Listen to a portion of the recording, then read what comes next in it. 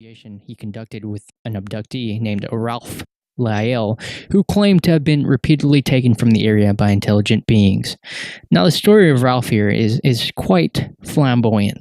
It's quite out there. Okay, first of all, Ralph owned a shop, basically one of those tourist shops, right? You know, with like tiki masks and all that. All those like voodoo dolls and stuff like that. Yeah. So he kept all these strange objects in the shop for tourists to buy. Probably charging them $30 for a magnet.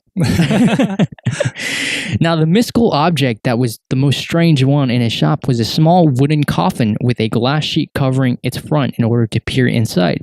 Inside the wooden coffin was a mummified being of some sort, which only stood about 3 feet tall. It's a big coffin. Well, it's relatively small compared to a regular sized coffin, yeah. Ralph claimed that the being was a mummified extraterrestrial, according to that UFO guy.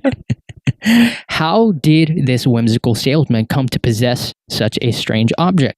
Well, he actually wrote a book about it called The Brown Mountain Lights, and his claims are ridiculous. Are they? According to the story, Ralph was visiting the Brown Mountains as he would do on occasion. However, this night was different because he spotted 2 bright, glowing lights in the sky. One of the lights came very close to him and moved back suddenly. He followed the light, just as any scary movie. What is that scary thing? Let's follow it. Let's follow it. What was that scary noise in the basement? I'll go check it out.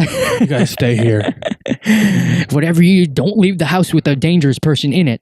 Now, he follows the light, and it led him to a doorway that was embedded into a large boulder.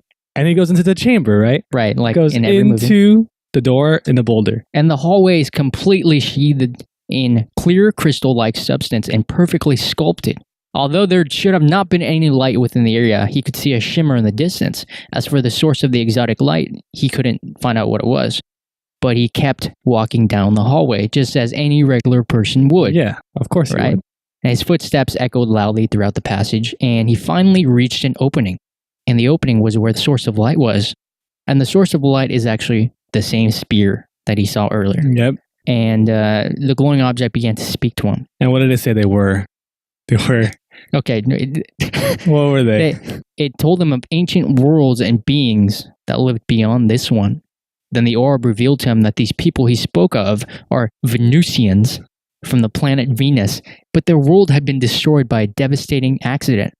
Then the orb warned Ralph of splitting the electron, for it was this that destroyed their world, and also told him that humanity was dangerously close to doing the same.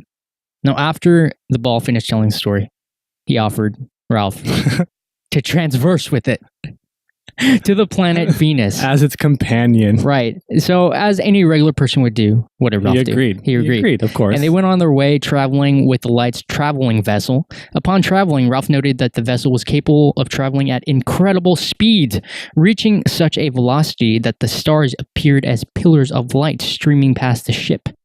He also noted that the entire adventure took less than 8 hours, because you know how he knew that? That he didn't have to shave. Right, he didn't have to shave. Now, once their ship was at the side of the planet, the orb said that the asteroid belt, which orbits Venus, is actually comprised of the remnants of their lost planet. So the